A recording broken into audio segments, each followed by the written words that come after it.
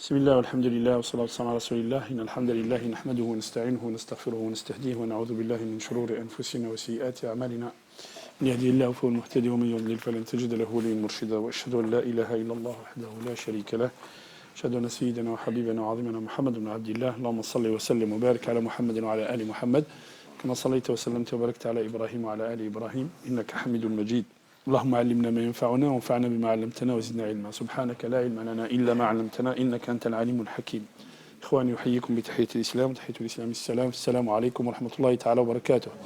La semaine dernière, mes frères, on avait abordé un sujet ici. On avait parlé des sources de juridiction en islam. Et on avait dit que les sources de juridiction, qu'est-ce que ça veut dire les sources de juridiction? Comment on sait que ça c'est halal, ça c'est haram, ça il faut faire, ça il faut pas faire. On a la première source, c'est quoi? Al-Qur'an, barakallahu fik. La deuxième source, c'est quoi? Le Sunna. Le Sunna, c'est quoi Sunna? Kayfa tun'arif Sunna? C'est quoi la définition de la Sunna? Les paroles, les actes, l'iqrar. C'est quoi l'iqrar? Les acquiescements du prophète sallallahu alayhi wa sallam. Quand le prophète sallallahu alayhi wa sallam il voit quelqu'un faire quelque chose, s'il lui dit rien, ça veut dire qu'il a agréé son acte. Alors sallallahu alayhi wa sallam il voit quelqu'un, un jour, il y a deux compagnons qui étaient en voyage. Et puis, ils arrivent lors de la prière. Ils n'ont pas l'eau. Maintenant, ils n'ont pas d'eau. Ils décident de faire tayammum, ils font la prière. Waqt ad-dahr, tawil, ils continuent de marcher, puis ils trouvent l'eau. Et puis, quand ils trouvent l'eau, il y en a un, il dit, moi je refais ma prière parce qu'il y a l'eau. L'autre, il dit, non, moi je fais ma prière à l'heure, et je fais ma prière avec tayammum, c'est bon. Ils arrivent chez le prophète, ils lui racontent. Qu'est-ce qu'il dit le prophète? Le prophète, il dit, à celui qui a refait sa prière, il lui dit, tu as deux récompenses. Celui qui n'a pas refait la prière, qalu asabta sunnah. Ça veut dire que les deux avaient raison. On est d'accord?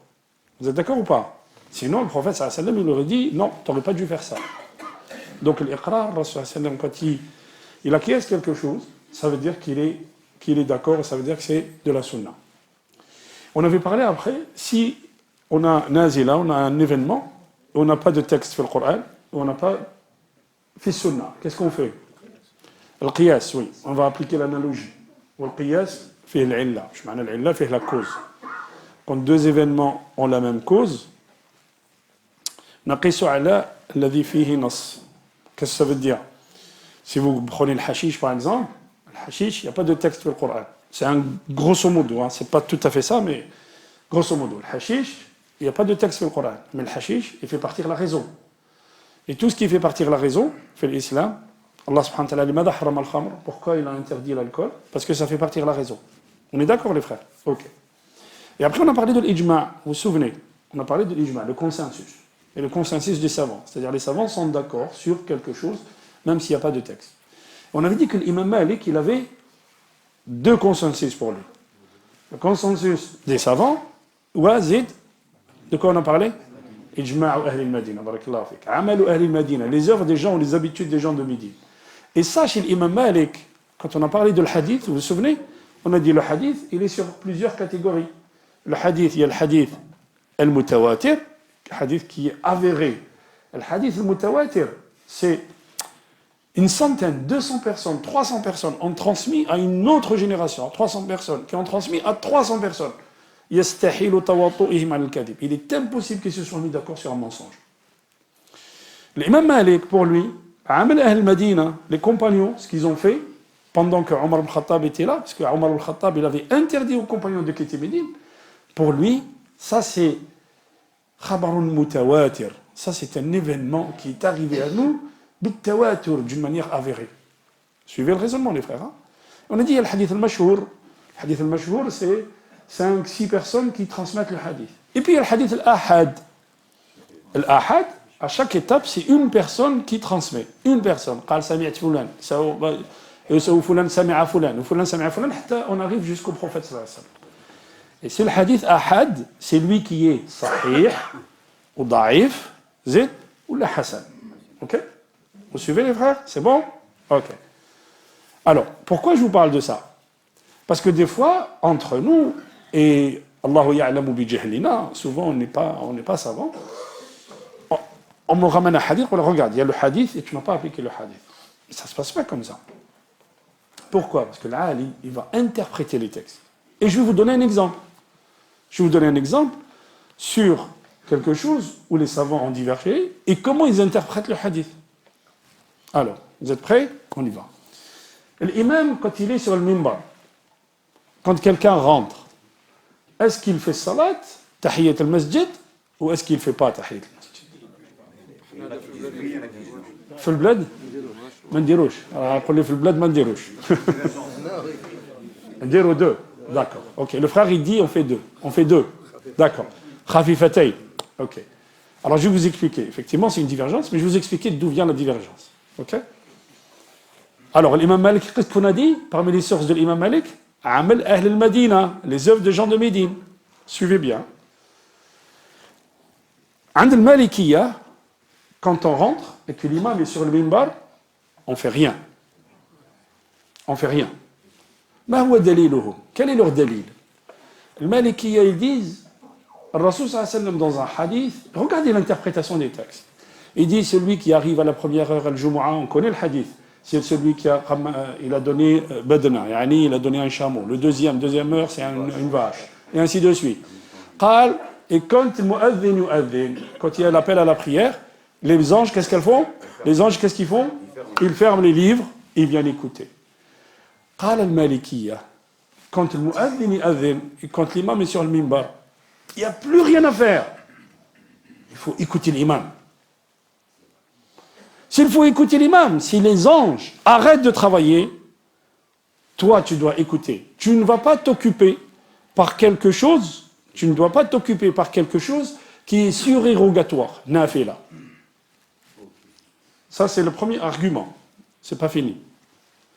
Deuxième argument de Malikiya. C'est que le deuxième argument c'est quoi? إذا قلت لأخيك أنصت في الجمعة, si tu dis à ton frère écoute, tu lui dis juste écoute, فقد لغوت, tu as fait quoi? Tu as dit une futilité. ومن لغى فلا جمعة له. ومن قال, celui qui dit une futilité, il n'a pas de jumu'ah.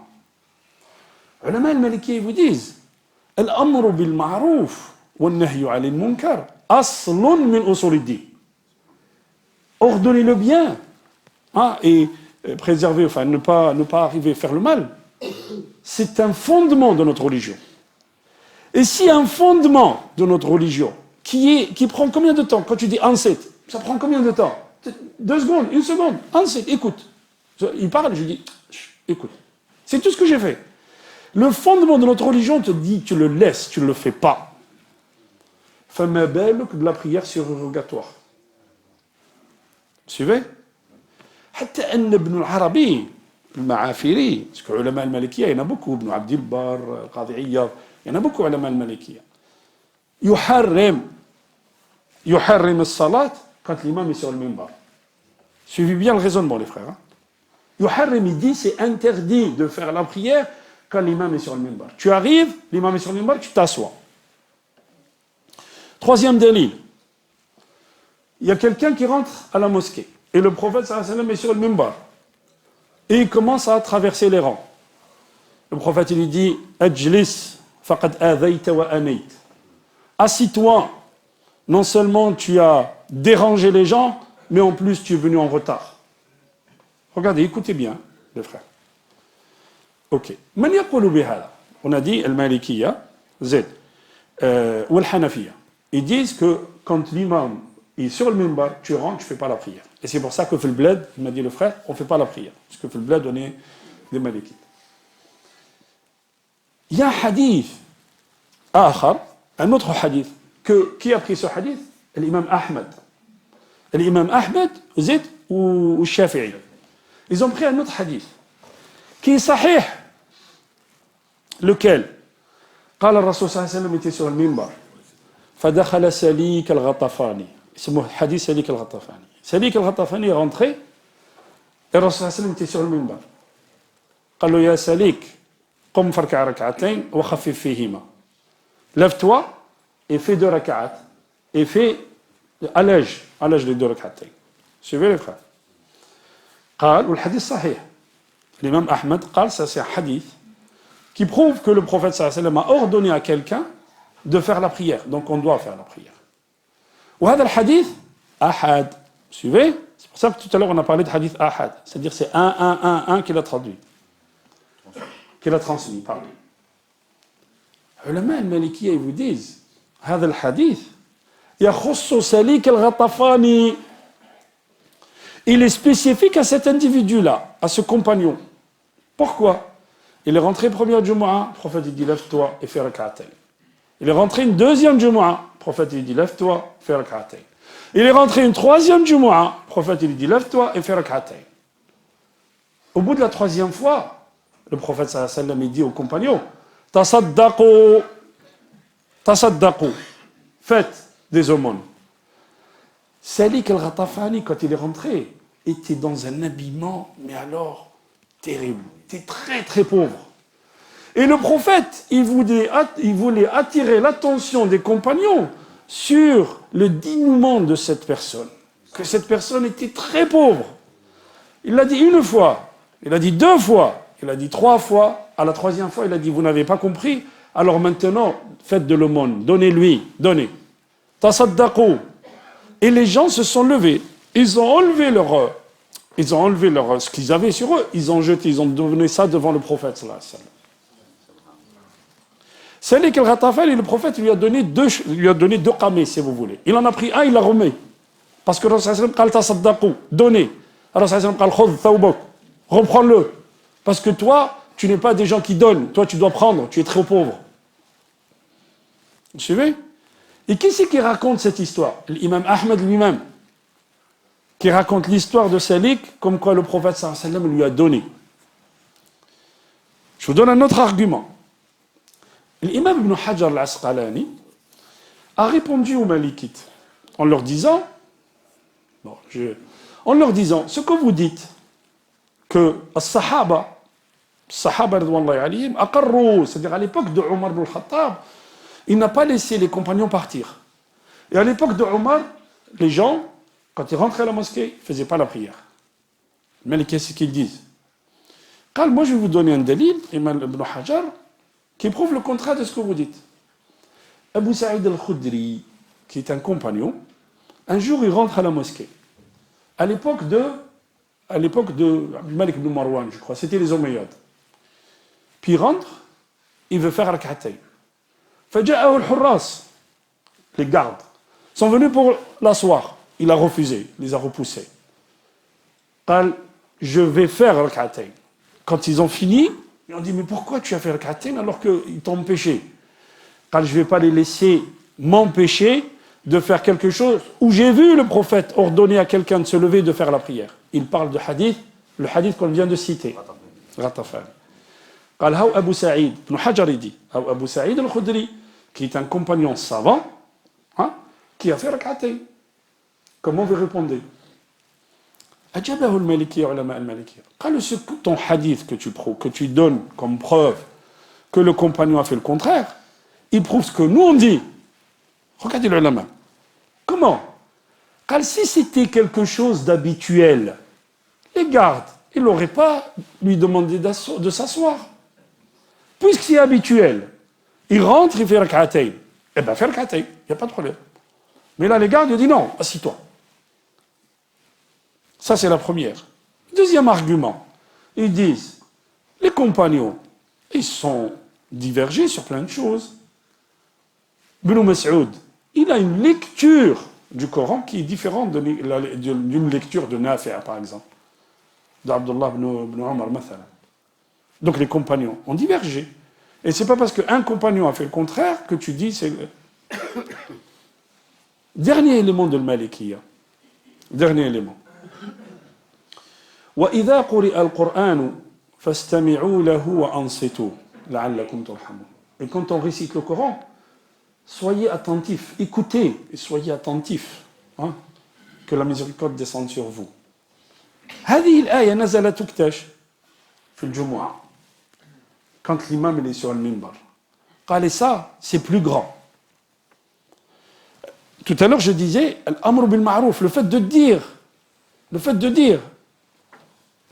de dire à ton compagnon, ansit, juste ça, Alors ça te dit ne le fais pas. فما بالك بصلاة النافلة.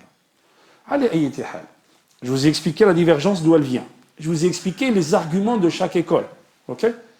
Maintenant, si quelqu'un il rentre et fait salat, là allez, parce qu'il y a des savants qui disent de ça. Il ne fait pas salat, là allez. Ça ne sert à rien de faire des polémiques pour rien. Il faut comprendre comment les écoles, ils interprètent un acte du prophète. Vous avez vu, un acte du prophète. Regardez comment les savants, ils donnent l'interprétation du texte. Donc il ne suffit pas de ramener un hadith. Alors, je peux aller plus loin. Vous savez qu'au début, on pouvait parler dans ce salat. On pouvait parler. Jusqu'à ce que Allah subhanahu wa ta'ala descende l'ayah « Wa qumu lillahi qanitin ». Quand Allah subhanahu wa ta'ala descend cette ayah, tout devient interdit dans ce salat. Au départ, on se discutait entre nous. D'ailleurs, comment on savait qu'ils avaient fait 2 ou 3? Le gars, il arrivait, il demandait à son collègue, il dit, combien vous êtes? Il dit 2, 3. Un jour, Mu'adh ibn Jabal, il rentre, il ne demande rien. Il fait la prière avec le prophète, et après, il rattrape sa prière. Et le Rasul sallallahu alayhi wa sallam leur dit, Mu'adh, il vous a appris quelque chose de bien. Donc ça veut dire quoi? Ça veut dire au début, on pouvait parler. Ulama al-Maliki a dit le hadith Salik al-Ghatafani, il est arrivé à la période où on pouvait parler. La preuve, c'est quoi? C'est que les compagnons se sont levés, ils ont enlevé leur kamis et ils l'ont donné. Et pendant le Jumu'ah, tu n'as pas le droit d'enlever ton kamis et de le donner. Donc ce hadith, si vous voulez, il est abrogé. Vous avez vu? Ajib, hein?